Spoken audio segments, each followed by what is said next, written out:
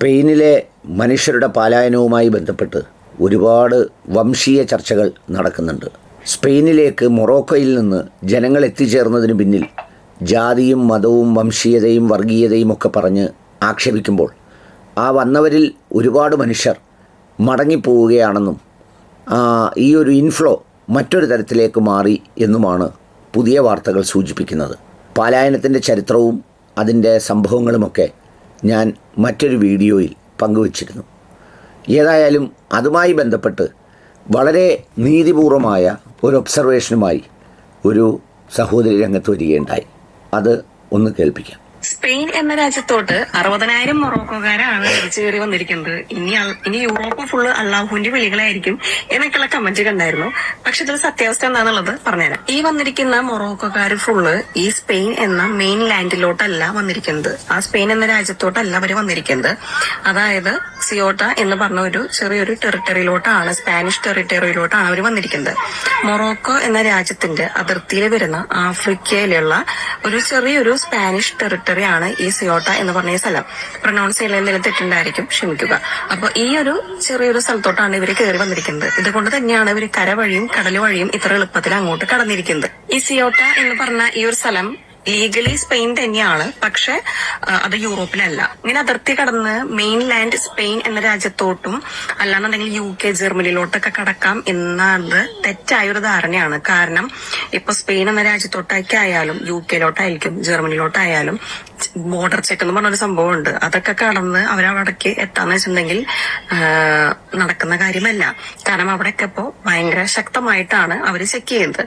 ചിലപ്പോ അവര് അതിർത്തി എത്തുമായിരിക്കും. അതിർത്തി എത്തിയാലും അവിടെ അവരെ തിരിച്ചയക്കുകയോ അല്ലെങ്കിൽ മറ്റെന്തെങ്കിലും നടപടികൾ എടുക്കുകയാണ് ചെയ്യുന്നത്. അപ്പൊ യഥാർത്ഥ സംഭവം നടന്നിരിക്കുന്നത് ആഫ്രിക്കയിലെ സ്പാനിഷ് ടെറിട്ടറിയിലെ സിയോട്ട എന്ന് പറഞ്ഞ ഒരു പ്രദേശത്താണ് കേട്ടോ. മെയിൻ രാജ്യമായ സ്പെയിനിലോട്ടല്ല ആൾക്കാർ വന്നിരിക്കുന്നത്. ഈ സിയോട്ടയും സ്പെയിനും ഒക്കെ തമ്മിൽ അതിൻ്റെ രണ്ട് ബൗണ്ടറികൾ നോക്കുമ്പോൾ രണ്ട് എക്സ്ട്രീമിലാണ്. ഒരു കാലത്ത് സ്പെയിൻ ലോകത്തിലെ വിവിധ രാജ്യങ്ങളിൽ പലതരത്തിലുള്ള കടന്നുകയറ്റങ്ങളും യുദ്ധങ്ങളും പിടിച്ചെടുക്കലുകളും ഒക്കെ നടത്തിയപ്പോൾ ഈ സിയോട്ട പോലെയുള്ള ആഫ്രിക്കൻ പ്രദേശങ്ങളിലും ചില ഹോൾഡിങ്സ് കയ്യിൽ വെച്ചിരുന്നു. ആ ഹോൾഡിങ്സിലേക്കാണ് ഈ മൊറോക്കോയിലുള്ള ആളുകൾ കടന്നു കയറിയത് എന്ന് മാത്രവുമല്ല, ഇതിന് പ്രത്യേകിച്ച് വംശീയതയും വർഗീയതയും ഒന്നും ആരോപിക്കേണ്ട യാതൊരു കാര്യമില്ല. ചരിത്രപരമായി ഈ പലായനങ്ങളൊന്നും ഈ അഭയാർത്ഥി പ്രവാഹങ്ങളൊന്നും ഏതെങ്കിലും ഒരു പ്രത്യേക ജാതിയുടെയോ മതത്തിൻ്റെയോ പേരിൽ സൃഷ്ടിക്കപ്പെടുന്നതല്ല. ലോകത്തിലെ ഏറ്റവും കൂടുതൽ അഭയാർത്ഥികളെ സ്വീകരിച്ചിട്ടുള്ള രണ്ട് രാജ്യങ്ങൾ തുർക്കിയും ഇറാനുമാണ്. ലോകത്തെ ഏറ്റവും കൂടുതൽ അഭയാർത്ഥികളെ സൃഷ്ടിച്ചിട്ടുള്ളത് യൂറോപ്പാണ്, അമേരിക്കയാണ്, റഷ്യയാണ്. അവരാണ് ലക്ഷക്കണക്കിന് മനുഷ്യരെ വിവിധ സ്ഥലങ്ങളിലേക്ക് പലായനം ചെയ്യത്തക്ക നിലയിൽ, ഇപ്പോൾ ഉദാഹരണത്തിന് അഫ്ഗാനിസ്ഥാനിലെ കാബൂൾ എന്ന് പറയുന്നത് പാരീസ് നഗരത്തോട് താരതമ്യം ചെയ്തതാണ്.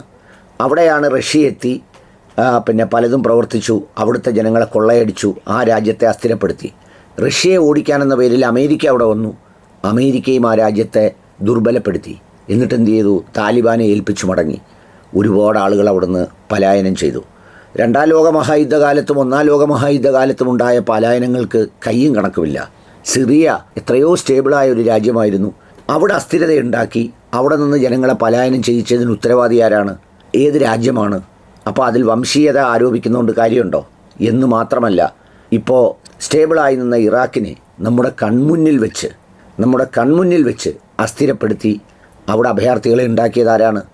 ഇപ്പോൾ ഇറാനെ ഈ പറയുന്ന 2-3 കഷ്ണങ്ങളാക്കി ഒരു ഷിയ ഇറാനും ഒരു കുർദ് ഇറാനും ഒരു സുന്നി ഇറാനും സൃഷ്ടിക്കാൻ വേണ്ടി ശ്രമിക്കുന്നത് ആരാണ്?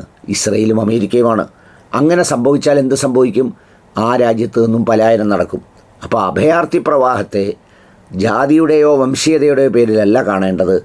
ഈ കുട്ടി പറഞ്ഞതുപോലെ അതിന് ഭൂമിശാസ്ത്രപരമായും ചരിത്രപരമായുമുള്ള ഉത്തരവാദികളും അതിൻ്റെ കാരണങ്ങളും ഒക്കെ ഉണ്ട് എന്നുള്ളത് സമൂഹം തിരിച്ചറിയണം.